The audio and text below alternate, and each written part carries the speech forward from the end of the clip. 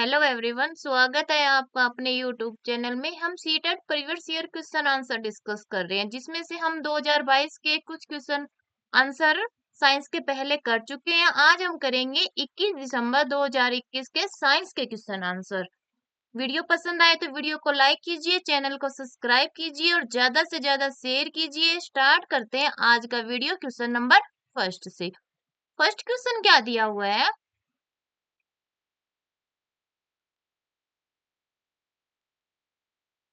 क्या क्वेश्चन है, पढ़िए।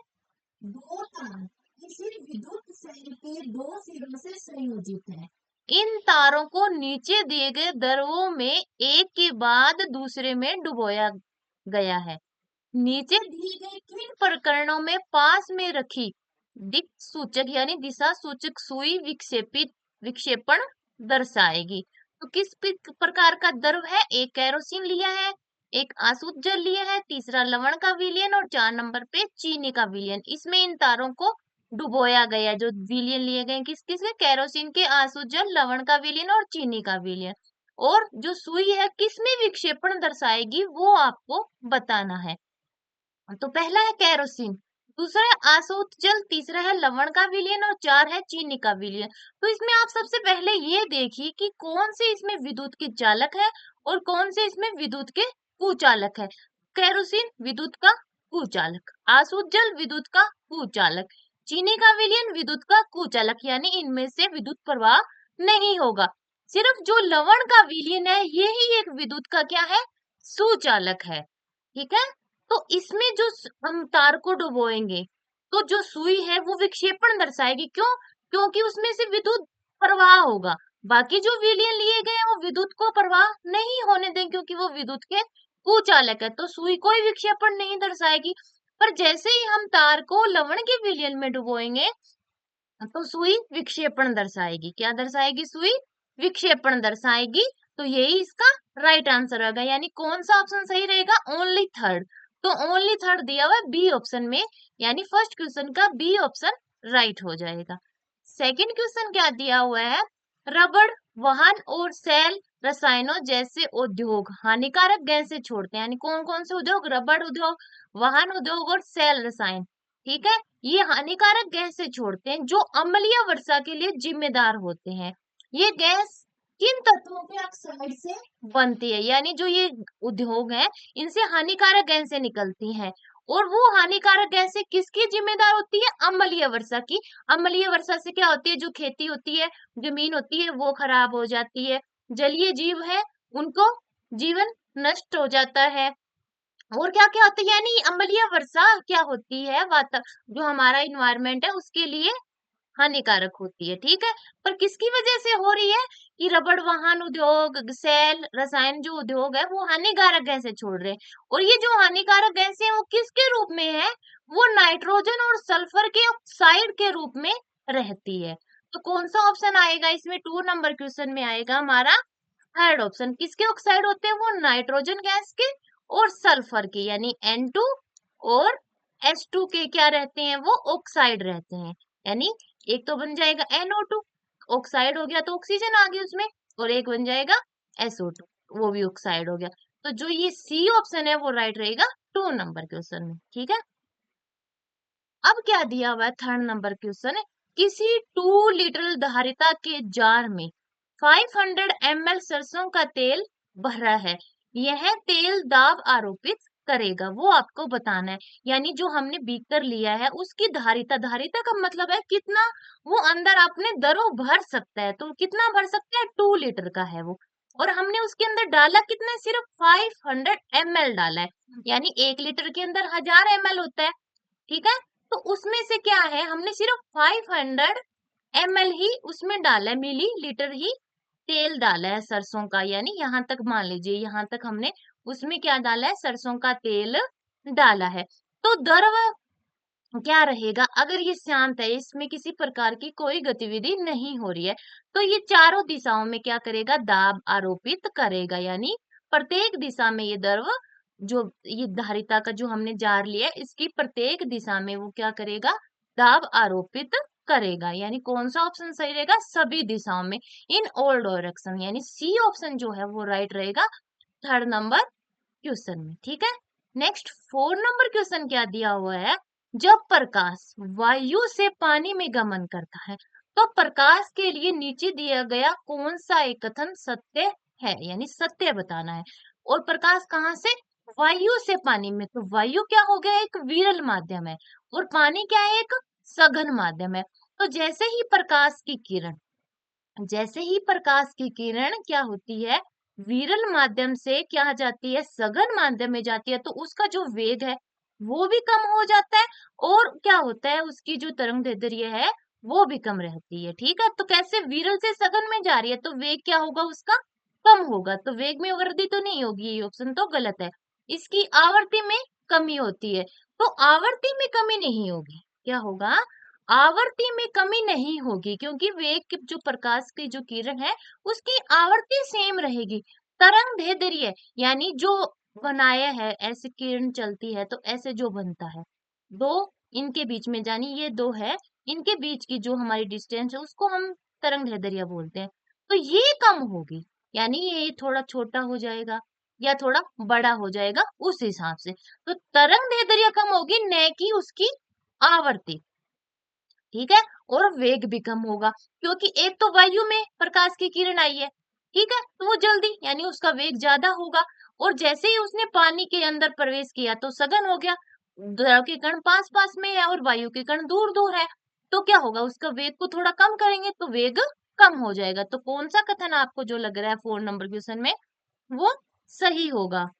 इसमें क्या होगा, इसकी तरंग दैर्ध्य और वेग दोनों में कमी होगी, जो डी ऑप्शन है वो राइट रहेगा 4 नंबर क्वेश्चन। ठीक है, अब क्या है 5 नंबर क्वेश्चन, अंजना ने सरसम साइज के 2 गुट के लिए, इनमें से एक एल्यूमिनियम का, ठीक है, दूसरा किसका लिया है, लेड का लिया है। उसने इन्हें एक एक करके जल में डुबोया, नीचे लिखे कथनों में से कौन सा सही है वो आपको बताना है। तो सरसम साइज यानी उनका जो आकार है टुकड़ों का वो सेम है, एक एल्यूमिनियम का और यानी जो धातुएं ली है वो अलग है पर आकार क्या है, दोनों का सेम है। अब उनको दरों में डुबोया है, तो जो गुटके डालेंगे हम दरों के अंदर, तो कुछ दरों को वो हटाएंगे, और कितना हटाएंगे, उनका जो आकार है उसी हिसाब से हटाएंगे। तो आकार दोनों का सेम है तो समान ही दरों वो हटाएंगे, तो क्या रहेगा, एल्यूमिनियम और जो लेड का हमने गुटका लिया है वो समान दरों को हटाएंगे। और यही क्या कहलाता है, जो दरों हटाते हैं, जो उसपे बल लगता है कि गुटका है उसका जो भार है वो नीचे की तरफ लगाएगा, उन्होंने जो दर हटाया वो ऊपर की तरफ लगाएगा, और वो क्या, इससे वस्तु या तो तैरेगी या डूब जाएगी। और वो किस पे निर्भर करेगा, जो बल दर लगाएगा, अगर उत्प्लावन बल अधिक होगा उसके भार से तो क्या हो जाएगा, वस्तु तैर लेगी, अगर नहीं होगा तो वस्तु डूब जाएगी। ठीक है, तो इसमें एल्यूमिनियम और जो लेड का है वो समान आकार के हैं, तो वो समान द्रव ही हटाएंगे। तो कौन सा ऑप्शन सही रहेगा, जो हमारा 5 नंबर क्वेश्चन दिया है इसमें, कि एल्यूमिनियम पर कार्यरत उत्प्लावन बल लेड पर कार्यरत उत्प्लावन बल के बराबर हो, क्योंकि समान आकार के थे तो द्रव समान हटाएंगे, तो वही जो द्रव हटाया वही तो उत्प्लावन बल कहलाता है। तो सी ऑप्शन इसमें हमारा राइट रहेगा। ठीक है, अब 6 नंबर क्वेश्चन क्या दिया हुआ है, देखिए 6 नंबर क्वेश्चन, पुष्पों के जनन अंगों के बारे में नीचे दी गई सूचनाओं के आधार पर ए, बी और सी को पहचानिए, कि जो ए और बी और सी जो दिए गए हैं वो क्या है, वो आपको पहचानने हैं। पहला दिया है जनन ग्रंथि, जिसमें एक या अधिक बीजांड होते हैं, एक या तो एक होगा या अधिक होंगे, उस ग्रंथि को हमें पहचानना है कि वो कौन सी होती है। दूसरा है पुष्प का नर जननांग, ठीक है।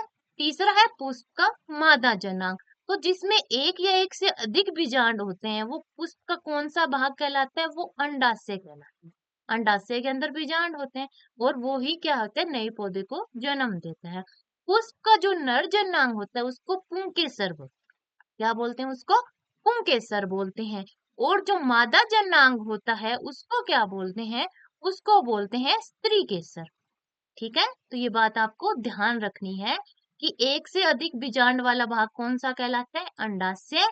और क्या है, पुष्प का नर जननांग पुंकेसर और मादा जननांग स्त्री केसर कहलाता है। ऐसा ऑप्शन देखिए, पहले में स्त्री केसर ये नहीं ये भी नहीं और ये नहीं। और 4 नंबर ऑप्शन ऐसा है कि ए में अंडाशय दिया है, बी में पुंकेसर दिया और सी में स्त्री केसर दिया है। तो यही ऑप्शन इसमें राइट रहेगा 6 नंबर क्वेश्चन में। ठीक है, अब क्या दिया है 7 नंबर क्वेश्चन। निम्न में से वे कौन सी अवस्थाएं हैं जिनसे चक्रवात बन सकता है? कौन सी अवस्थाएं हैं जिनमें चक्रवात बनने की संभावना है? तो चक्रवात कब बनता है? चक्रवात कब बनता है कि दाब तो उस क्षेत्र में कम होगा और उस क्षेत्र में अधिक वेग की क्या होगी, पवनें चलेंगी, वो क्या करेंगी, चक्रवात का रूप लेंगी। और ऐसा कब होगा कि जो दाब तो कम है और क्या है, हवाएं जो चल रही है, पवनें जो चल रही है वो अधिक वेग की चल रही है, तो क्या बनेंगे, चक्रवात बनेंगे। क्या बनेंगे, चक्रवात बनेंगे। और ये जो बादल है, बादल बनने से जो जलवाष्प है कि बादल बनने से पहले जल वायुमंडल से उष्मा लेकर वाष्प में परिवर्तित होता है। वायुमंडल में जो उष्मा है उसको जल ने ग्रहण कर लिया और वो वाष्प में क्या हो गया, परिवर्तित हो गया। फिर तो यह उष्मा वायुमंडल में फिर क्या उसने क्या किया है, वाष्प में परिवर्तित हो गया जल। ठीक है, फिर वो क्या करेगा, वर्षा के रूप में वापस से वायुमंडल में आएगा और क्या करेगा, उष्मा को उत्सर्जित करेगा और वो उत्सर्जित उष्मा वायुमंडल में हो जाएगी।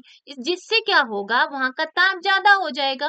तो क्या होगा, ताप ज्यादा हो गया तो गैस जो वायुमंडल है उसमें क्या होगा, वायु है वो ऊपर उठेगी क्योंकि तापमान ज्यादा हो गया। ताप ज्यादा होने की वजह से वायु है ऊपर उड़ जाएगी। वायु क्या हो जाएगी, ऊपर उड़ जाएगी और वहां का जो दाब है वो कम हो जाएगा। तो क्या होगा, चक्रवात बनने की संभावना रहेगी। तो कौन सा ऑप्शन सही रहेगा 7 नंबर क्वेश्चन में? तो इसमें क्या होगा, निम्न दाब का निकाय यानी दाब तो कम होगा और उसके चारों ओर उच्च वेग की पवनें क्या करेगी, परिक्रमा यानी घूमेगी, तब क्या बनेंगे, चक्रवात बनेंगे। यानी सी ऑप्शन राइट रहेगा 7 नंबर क्वेश्चन में। ठीक है, 8 नंबर क्वेश्चन क्या दिया है, नीचे दिया गया कौन सा पर्यावरणीय कारक यानी इन्वायरमेंट का जो कारक है वाष्पोत्सर्जन की दर को सबसे अधिक प्रभावित करेगा, वो आपको इस क्वेश्चन में बताना है। इसमें जो 2 नंबर ऑप्शन पे क्या दिया हुआ है, आपेक्षिक आर्द्रता। तो आपेक्षिक जो आर्द्रता रहती है वाष्पोत्सर्जन की दर को सबसे अधिक प्रभावित करती है। आपेक्षिक आर्द्रता अधिक होने पर वाष्पीकरण क्या होता है, कम होता है। क्यों, क्योंकि क्या हो गया, आपेक्षिक आर्द्रता कम होने पर वाष्पीकरण क्या होगा, अधिक होगा। ठीक है, उल्टे हैं एक दूसरे से। क्या होगा कि आपेक्षिक आर्द्रता अगर अधिक है तो वाष्पीकरण कम हो, अगर आपेक्षिक आर्द्रता कम है तो वाष्पीकरण अधिक होगा। क्योंकि वायु के एक निश्चित आयतन में किसी ताप पर, वायु के एक निश्चित आयतन में किसी ताप पर यानी कुछ टेम्परेचर है वहां का, उसमें जो जलवाष्प विद्यमान होता है उसको क्या वो, और उतनी ही वायु को उसी ताप पर तृप्त करने के लिए जितनी जलवाष्प की आवश्यकता होती है उसे ही तो आपेक्षिक आर्द्रता बोलते हैं। कि वायु के एक निश्चित आयतन में किसी ताप पर जितनी जलवाष्प विद्यमान है और उस जलवाष्प को क्या करने के लिए, तृप्त करने के लिए इतनी जलवाष्प की जरूरत है, वो क्या कहलाती है, आपेक्षिक आर्द्रता कहलाती है। तो सबसे अधिक प्रभावित कौन करेगा, आपेक्षिक आर्द्रता करेगी वाष्पोत्सर्जन की दर को। ठीक है, अपोजिट होते हैं एक दूसरे के। तो 8 का बी ऑप्शन राइट रहेगा। ठीक है, अब 9 नंबर क्वेश्चन क्या है, हरी रेफ्रिजरेटर में से रात भर रखी गई पानी से भरी 2 बोतलें, जिनमें एक कांच की और दूसरी प्लास्टिक की है, बाहर निकालता है। इसके पश्चात तुरंत ही वह प्लास्टिक की बोतल के पानी में थर्मामीटर डालता है और उसका ताप 10 डिग्री सेल्सियस मापता है। कांच की बोतल में भरे पानी का संभावित ताप क्या हो सकता है? तो दोनों ही बोतलें कहाँ रखी हुई थी, रेफ्रिजरेटर में रखी हुई थी। तो रेफ्रिजरेटर में क्या है, तापमान कम रहता है। तो जो बोतलें रखी है पहले हो सकता है उनका तापमान अलग अलग हो, पर जैसे ही वो रेफ्रिजरेटर के अंदर यानी एक स्थिति में पहुंच गई तो उन्होंने समान उष्मा क्यों क्या करेंगे, वो उत्सर्जित करेंगे और जो रेफ्रिजरेटर का तापमान है उसको ग्रहण करेंगे। तो जो क्या होगा, कांच की बोतल का भी जो तापमान रहेगा वो लगभग 10 डिग्री सेल्सियस ही रहेगा।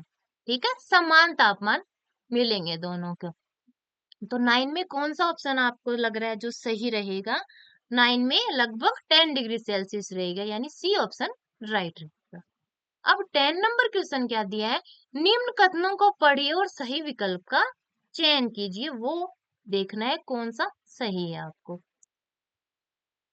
कथन क्या दिए हैं आपको? हथौड़े से आघात किए जाने पर दर से बर्तन की अपेक्षा एक खाली बर्तन अधिक प्रबल ध्वनि उत्पन्न करता है। इसका कारण क्या दिया? बर्तन में भरे दरों की अपेक्षा हवा का घनत्व क्या होता है? कम होता है। तो क्या किया? हथौड़े से क्या किया है? एक बर्तन पर आघात किया है। एक तो बर्तन में दर है और एक बर्तन खाली है। तो क्या है, जो खाली बर्तन है वो जब उस पे हथौड़ा मारते हैं तो अधिक ध्वनि उत्पन्न होती है और दरव वाले में कम होता है। तो ऐसा क्यों? क्योंकि इस बर्तन में दरव भी है, इसका जो घनत्व है क्या है? वो ज्यादा है, और ये बर्तन क्या है? खाली है, तो इसका घनत्व कम है। इसका कारण ये है।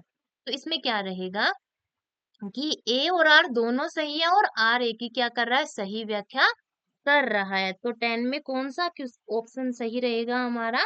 पहला ही ऑप्शन राइट हो जाएगा। ठीक है। अब 11 नंबर क्वेश्चन क्या दिया? निम्नलिखित में से कौन सा मिश्रणों के समुच्चय को निरूपित करता है? वो आपको बताना है। तो क्या है? सबसे पहले परमाणु आया, फिर अणु बना, परमाणुओं से मिलकर अणु बना, अणुओं से मिलकर क्या बनते हैं? तत्व बनते हैं। क्या मिलते हैं? तत्व बनते हैं। ठीक है। फिर एक यौगिक होता है और एक मिश्रण होता है।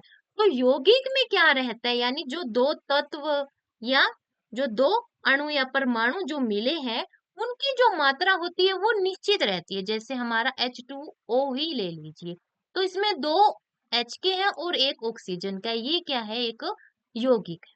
क्या है? एक यौगिक है, क्योंकि इसमें जो इनके जो H2 के दो होंगे और O का एक होगा, ये निश्चित है, तो इसलिए जल एक यौगिक है। मिश्रण में क्या रहता है? मिश्रण में जो इनकी मात्राएं क्या होती है? वो अनिश्चित होती है, यानी कोई कम ज्यादा हो सकता है, उसको मिश्रण बोलेंगे हम। तो वो ही देखना है कि कौन सा मिश्रण का समुच्चय है। जैसे वायु है, तो वायु में आपको पता है विभिन्न प्रकार की गैसें हैं और उनकी मात्राएं अदलती बदलती रहती है। तो क्या हो गया? ये एक मिश्रण हो गया। दूसरा है चीनी, दूध, फिर है CO2 और समुद्र का पानी। दूसरे ऑप्शन में क्या दे दिया? वायु दे दिया, दूध दे दिया। तो दूध में क्या है? पानी और दूध है, तो इनकी भी क्वांटिटी है वो अलग अलग रहती है, या तो दूध ज्यादा होगा या कम होगा। कोई निश्चित अनुपात तो नहीं है कि इसी अनुपात में बनाएंगे तो ही क्या होगा? दूध होगा, नहीं। ये भी क्या है? एक मिश्रण है। अब क्या है? साबुन का झाग। तो साबुन का झाग जो है कोलाइडी विलियन है, वो भी एक मिश्रण में आएगा। मृदा, तो मृदा में क्या रहता है? मृदा में विभिन्न प्रकार के तत्व होते हैं, उनको उनकी जो मात्राएं हैं वो अलग, हर जगह अलग अलग होती है, यानी क्षेत्र के अकॉर्डिंग होती है कि कौन सा तत्व कहाँ ज्यादा है कहाँ कम है, कोई निश्चित तो नहीं है। तो ये भी क्या है? एक मिश्रण है। और क्या है? समुद्र का पानी। तो समुद्र के पानी में विभिन्न प्रकार के लवण होते हैं, तो ये भी क्या हो गया? एक मिश्रण हो गया। तो 11 नंबर क्वेश्चन में कौन सा ऑप्शन आपको लग रहा है जो सही है? मिश्रण का समुच्चय है। जैसे इसमें CO2 आ गई, तो CO2 में C कार्बन और ऑक्सीजन की मात्रा निश्चित है, तो ये एक यौगिक है, तो ये इससे गलत हो गया। वायु, मृदा और समुद्र का पानी, इसमें भी CO2 आ गया, ये इस वजह से हो गया। और इसमें क्या आ गया? दूध, चीनी। चीनी क्या है? एक सुगर, यानी C6H12O6 क्या है? एक निश्चित मात्रा में, यानी एक यौगिक का रूप है। इसमें जो बी ऑप्शन है वो ही सारे ऐसे हैं जो मिश्रण के रूप में है। ठीक है। तो 11 में बी ऑप्शन राइट रहेगा हमारा। अब क्या दिया है? 12 नंबर क्वेश्चन। नीचे दी गई तालिका में तीन धातुओं की विभिन्न विलयन या विक्रिया के प्रकार को निरूपित किया गया है। ए बी सी तीन धातुएं दी गई है। पहले एक ही अभिक्रिया कराई है आयरन सल्फेट से, नो रिएक्शन, यानी किसी प्रकार की कोई रिएक्शन नहीं हुई है। फिर एक ही अभिक्रिया करवाई है किससे? कॉपर सल्फेट से। तो क्या किया इसने? इसको विस्थापित कर दिया ए ने। तो क्या हुआ? और जो विस्थापन होता है वो किस पे निर्भर करता है? धातु की क्रियाशीलता पे। जो धातु जितनी ज्यादा क्रियाशील होगी वो विस्थापित कर पाएगी, यानी कॉपर से जो ए धातु है वो अधिक क्रियाशील है, इसलिए इसने उसको विस्थापित कर दिया। जिंक सल्फेट हमें पता नहीं है कि क्या हुआ, तो ये भी हम, ठीक है। अब क्या दिया है? दूसरी धातु दी है कि आयरन सल्फेट के साथ उसकी कोई अभिक्रिया नहीं होती और कॉपर सल्फेट के साथ भी नहीं और जिंक सल्फेट के साथ भी, यानी ये सबसे निष्क्रिय धातु कह सकते हैं, इसने किसी के साथ कोई अभिक्रिया नहीं दिखाई है। अब दी है सी धातु। सी धातु ने हमारे जो आयरन सल्फेट है उसी के साथ में क्या कर दिया, विस्थापन कर दिया, यानी सी की जो क्रियाशीलता है वो अधिक हो गई आयरन सल्फेट यानी आयरन से। दूसरे का हमें पता नहीं और तीसरे में क्या किया है, नो रिएक्शन, कोई अभिक्रिया नहीं। अब हमें क्या बताना है इसमें, निम्नलिखित में से कौन धातुएं ए बी सी की अभिक्रियाशीलता के सही क्रम को क्या कर रही है, निरूपित कर रही है। यानी आयरन सल्फेट के साथ सिर्फ एक ने ही क्या किया है, विस्थापन दिखाया, यानी इसकी क्रियाशीलता क्या है, जो आयरन है हमारा Fe उससे अधिक है, तभी तो इसने क्या किया है, उसको विस्थापित कर दिया। सी की जो क्रियाशीलता है वो सबसे क्या होगी, सी की क्रियाशीलता सबसे अधिक रहेगी हमारी, ठीक है। फिर आएगा, फिर उसने बी जो कॉपर सल्फेट के साथ ए ने दिखाया है तो ये आएगा, यानी पहला ऑप्शन क्या है हमारा इसमें सही रहेगा, ठीक है।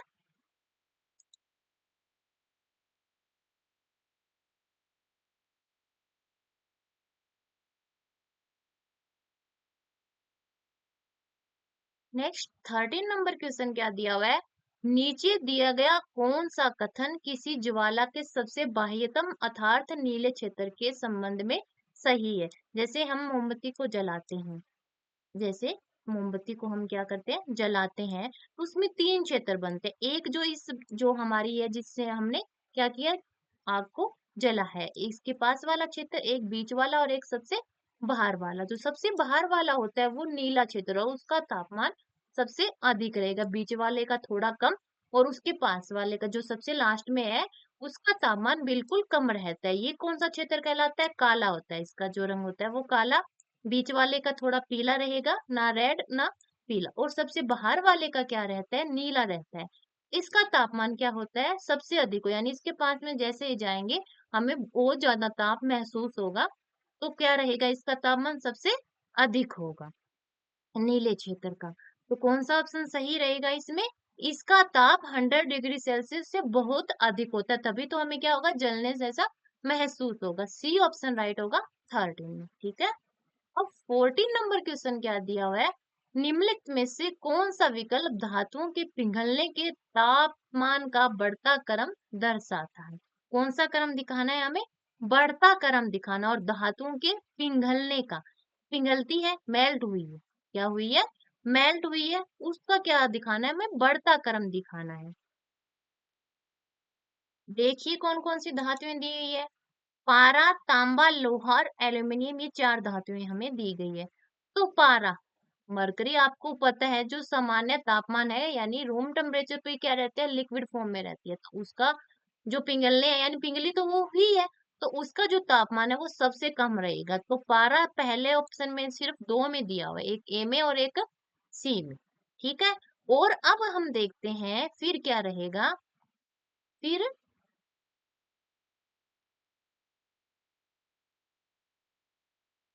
फिर पारे के बाद में क्या रहेगा, एल्यूमिनियम आएगा। एल्यूमिनियम के जो पिघलने का तापमान रहेगा वो कितना रहता है, 660 डिग्री सेल्सियस के आसपास रहता है।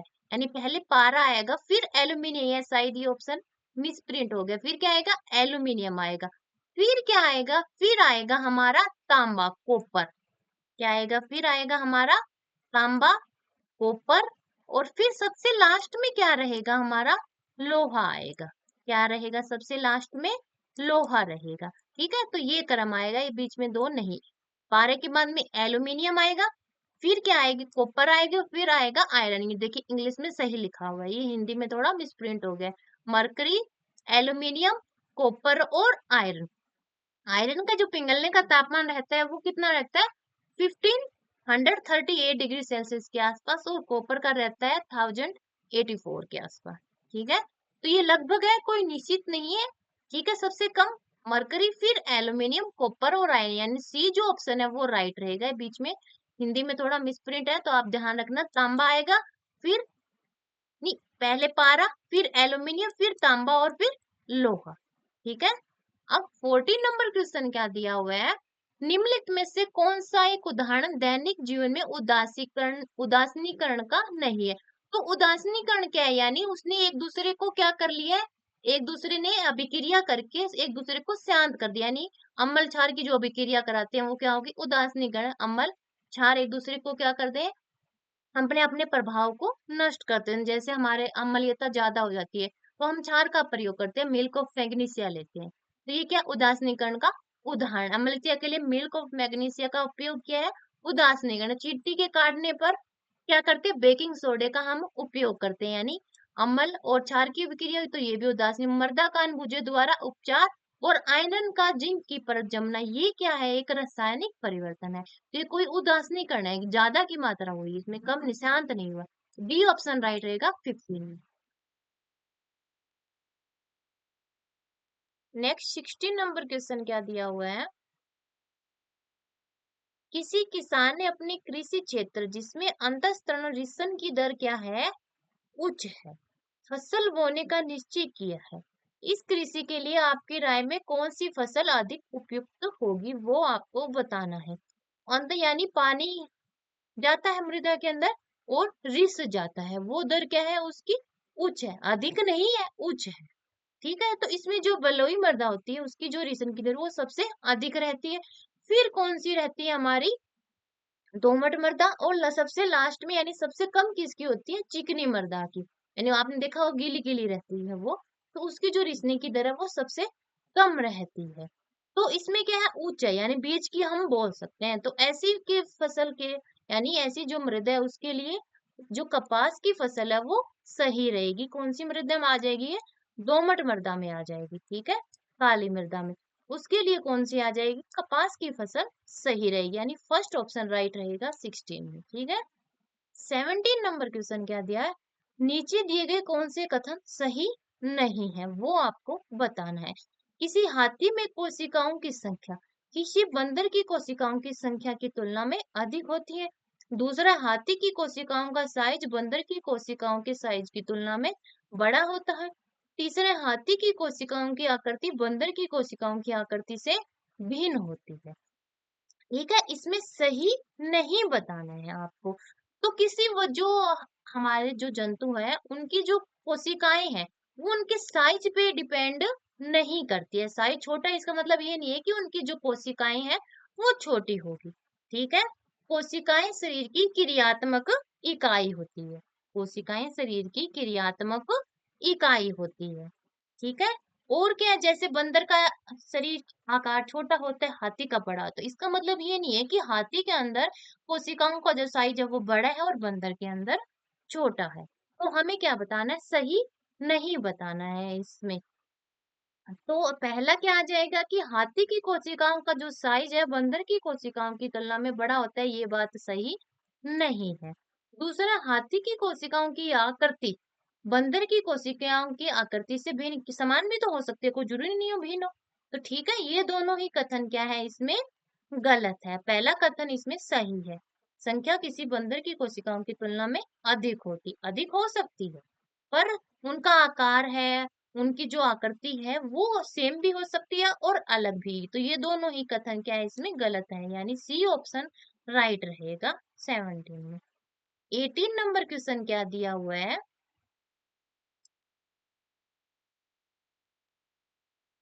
क्या है क्वेश्चन 18, निम्नलिखित कथनों को पढ़िए और सही विकल्प का चयन कीजिए। कथन क्या दिया, सेब, टमाटर, कीवी, खीरा, आड़ू जैसे फल और सब्जियों को खाने से पहले छीलना होता है। दूसरा, इन फलों और सब्जियों के छिलकों में रेशों की मात्रा अधिकतम पाई जाती है। तो आपको देखना है कारण और कथन सही है या नहीं है। तो सेब, टमाटर, कीवी, खीरा, आड़ू जैसे जो फल है इनके छिलके हमें नहीं उतारने चाहिए, साफ करके इनको हमें छिलकों के साथ में ही खाना चाहिए। क्योंकि इन जो फल और जो सब्जियां हैं इनकी जो छिलके हैं उनमें जी आवश्यक तत्व उपस्थित होते हैं, अगर उनको उतार देंगे तो वो जो तत्व हैं वो कम हो जाएंगे। तो हमें जो मात्रा इनकी मिलनी चाहिए थी फ्रूट खाने से, सब्जियां खाने से, वो हमें उतनी मात्रा में नहीं मिलेगा। इनके अगर हम छिलके के साथ में खाएंगे तो इनके छिलकों में जो रेशे होते हैं वो जो अपशिष्ट पदार्थ है यानी अवांछित जो पदार्थ रहता है हमारे शरीर में उसको निकालने में मदद करेंगे। तो क्या होगा, कथन जिसमें कथन तो क्या है गलत है और कारण क्या है इसमें सही है, तो डी ऑप्शन राइट रहेगा, ए गलत है परंतु आर इसमें सही है 18 का। 19 नंबर क्वेश्चन क्या दिया हुआ है, 19 नंबर क्वेश्चन है निम्नलिखित में से कौन सही मिलान को निरूपित करता है। एक तरफ हमें दिया हुआ है जड़ का प्रकार, दूसरी तरफ उदाहरण दिए कि इस प्रकार की जड़ किस प्रकार के पौधे में पाई जाती है। तो मूसला जड़ जो होगी वो एक ही जड़ हो, एक जड़ होगी और मोटी कह सकते हैं या मजबूत कह सकते हैं उसको, ठीक है। एक होती है रेशेदार जड़, उसमें जो जड़ें होगी वो ऐसे रेशे के रूप में रहेगी। इससे क्या पता है अलग अलग टहनियां निकलेंगी, पर जो रेशेदार जड़ें होंगी वो सारी ही ऐसे अलग अलग ऐसे। मूसला जड़ में एक जड़ से अलग अलग छोटी छोटी जो जड़ें निकलेंगी हमारी, ठीक है। तो मूसला जड़ किसमें पाई जाएगी वो आपको उदाहरण देखना है किसमें पाई जाएगी।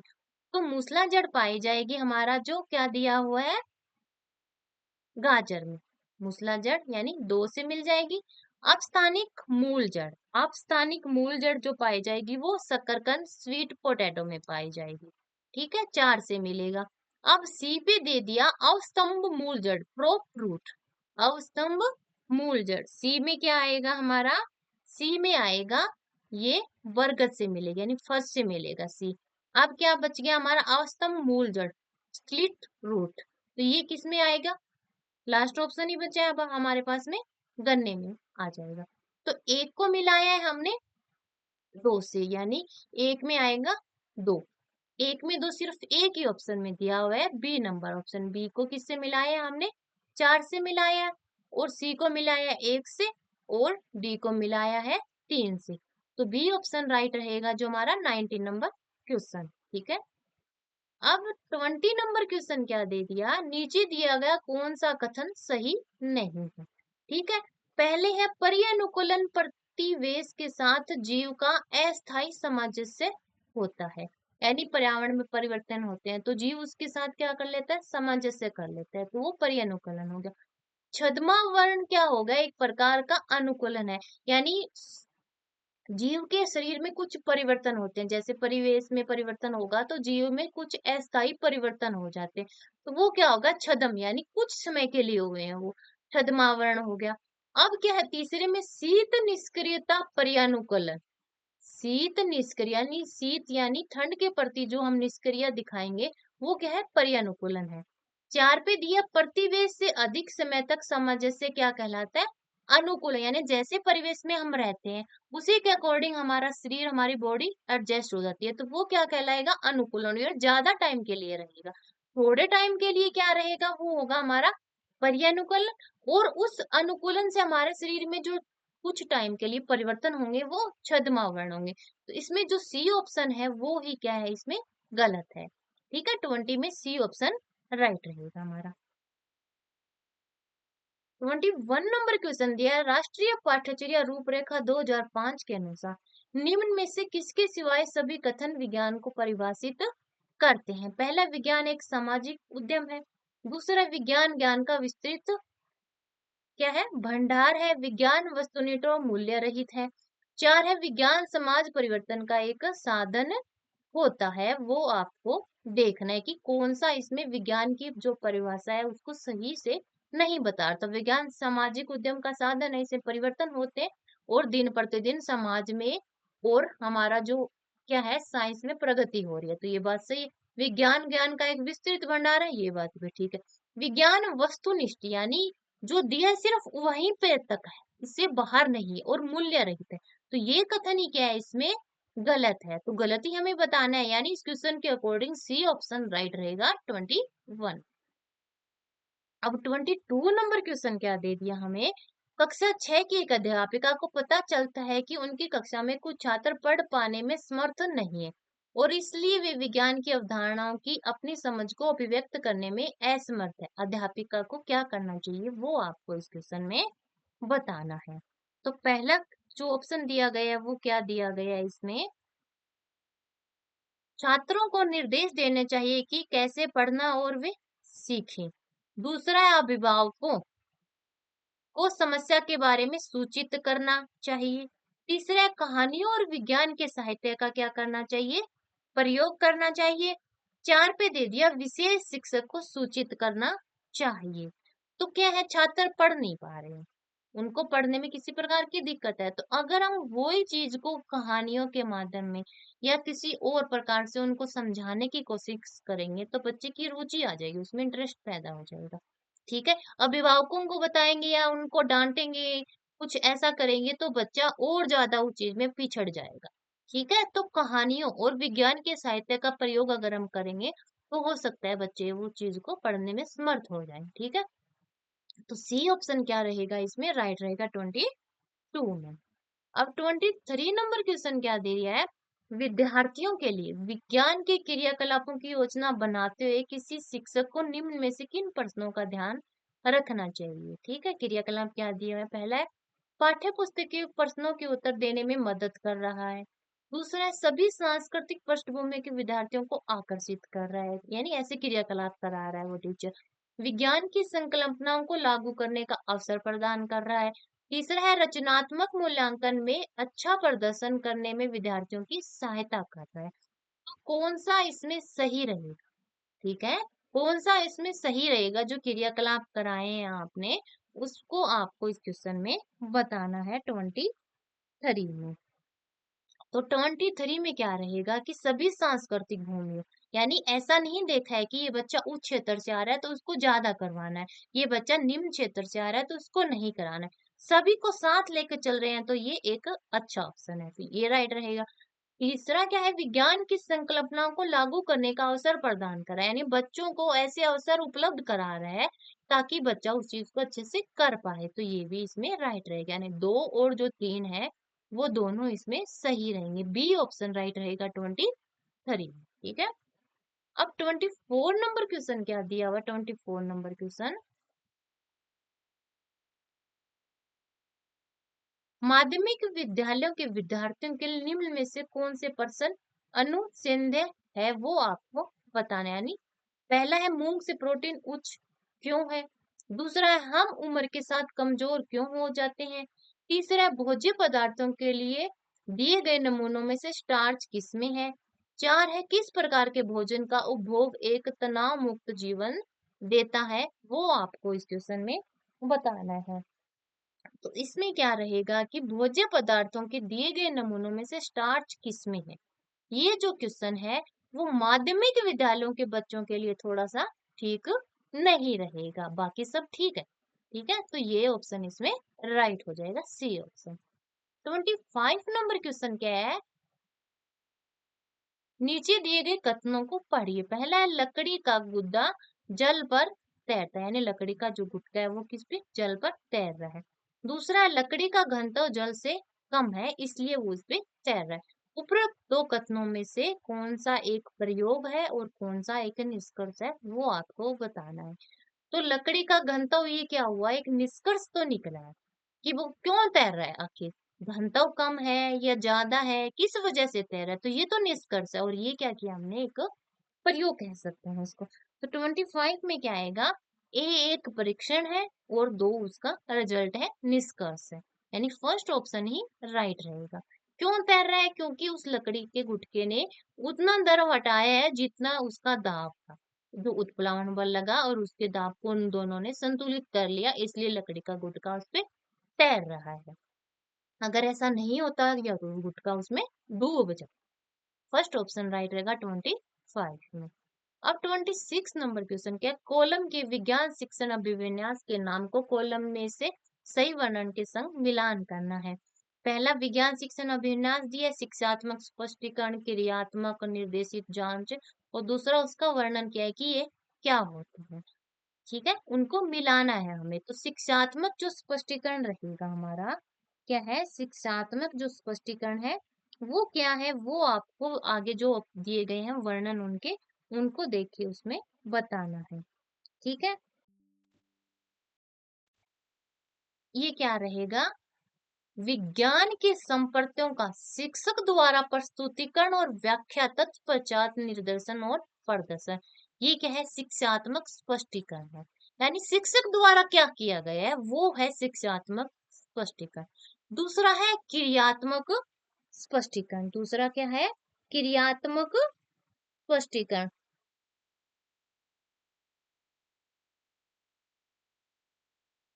दूसरा है क्रियात्मक,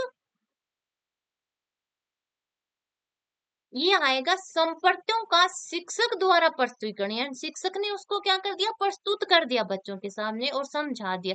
फिर उसके बाद में बच्चे क्या करते हैं, उस संपर्क पर आधारित क्या करेंगे, क्रियाकलाप कराएंगे, तो बच्चे खुद करेंगे, विद्यार्थी द्वारा संपर्क। तो ये क्या आ जाएगा, जो 4 है हमारा वो आएगा, इसमें क्या आएगा, 4 आएगा, बी में बी मिलेगा 4 नंबर से, ये इसका वर्णन है। अब क्या है, निर्देशित जांच। तो निर्देशित जांच क्या रहेगी,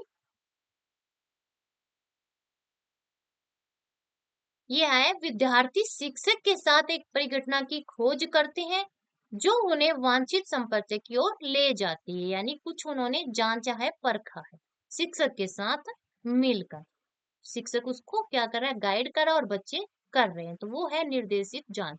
तो सी मिल गया हमारा फर्स्ट से। अब एक ही बचा है खुली जांच। तो खुली जांच स्वनिर्मित विधियों का उपयोग करते हैं, यानी टीचर अपनी ही विधियों द्वारा बच्चे का क्या कर रहा है, परीक्षण कर रहा है, विद्यार्थियों द्वारा मुक्त अन्वेषण शिक्षक प्रोत्साहित करते लेकिन आदेश नहीं देते, ये इससे मिल जाएगा। तो हमने क्या किया है, ए को किससे मिलाया, 2 से मिलाया है, तो ए का 2 है बी और डी ऑप्शन में।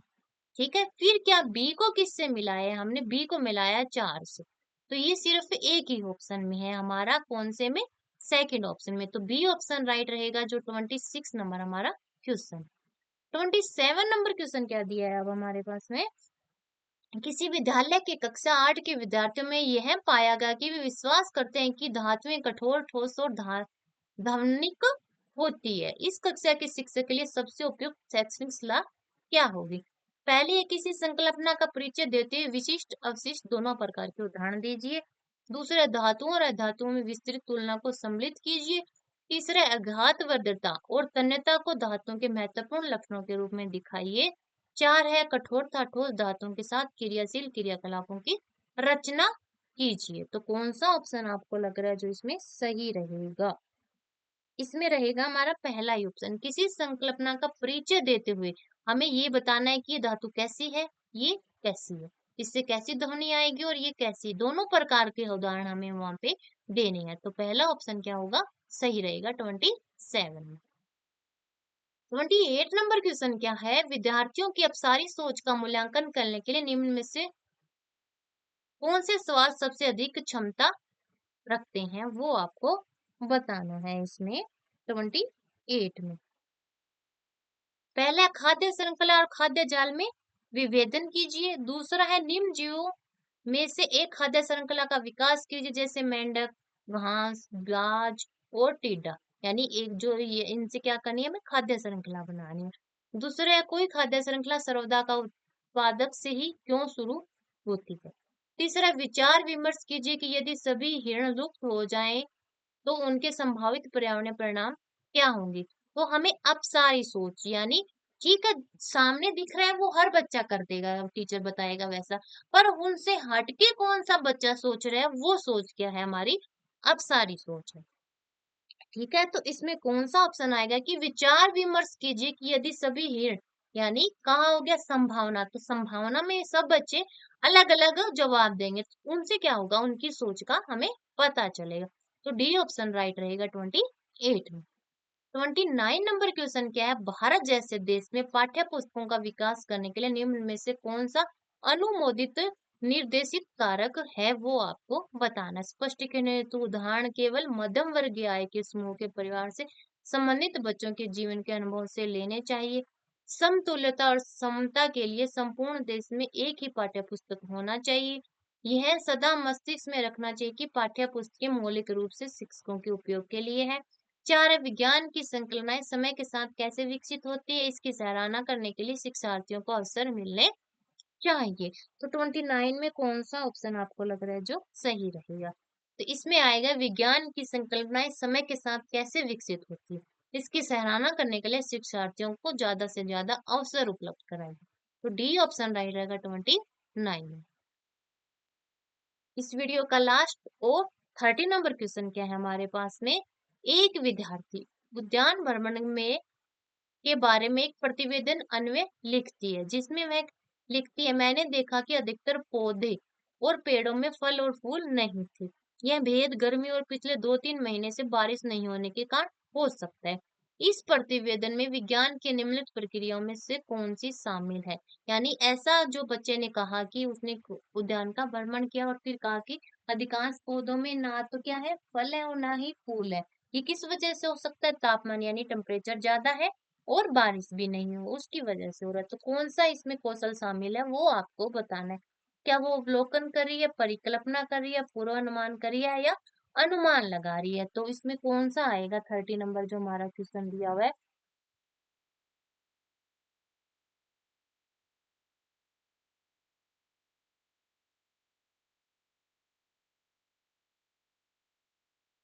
तो ये क्या कर रहा है बच्चा? अनुमान लगा रहा है। क्या कर रहा है ये? अनुमान लगा रहा है। तो इसमें जो ऑप्शन दिए गए हैं वो कहीं नहीं है कि इसमें सिर्फ एक ही ऑप्शन दिया है, तो इसके साथ हमें कोई और लेना पड़ेगा। तो क्या कर रहा है वो? अनुमान लगा रहा है और क्या कर रहा है? अवलोकन भी हो सकता है। अनुमान के साथ क्या देख रहा है तभी तो वो क्या कर रहा है उसका बता रहे हैं कि ऐसा क्यों हुआ। तो इसमें कौन सी आ जाएगी? एक तो अवलोकन आ जाएगा हमारा और एक आ जाएगा अनुमान लगा रहा है। ठीक है, फर्स्ट और फोर्थ दिया हुआ है हमारा डी ऑप्शन में, तो डी ऑप्शन इसका राइट होना चाहिए 30 नंबर क्वेश्चन में। बाकी आप देख लीजिए इसका क्या होना चाहिए। ठीक है, तो यहीं पे आज का वीडियो समाप्त करते हैं। वीडियो पसंद आए तो वीडियो को लाइक कीजिए, चैनल को सब्सक्राइब कीजिए, ज्यादा से ज्यादा शेयर कीजिए। मिलते हैं नेक्स्ट वीडियो में। धन्यवाद।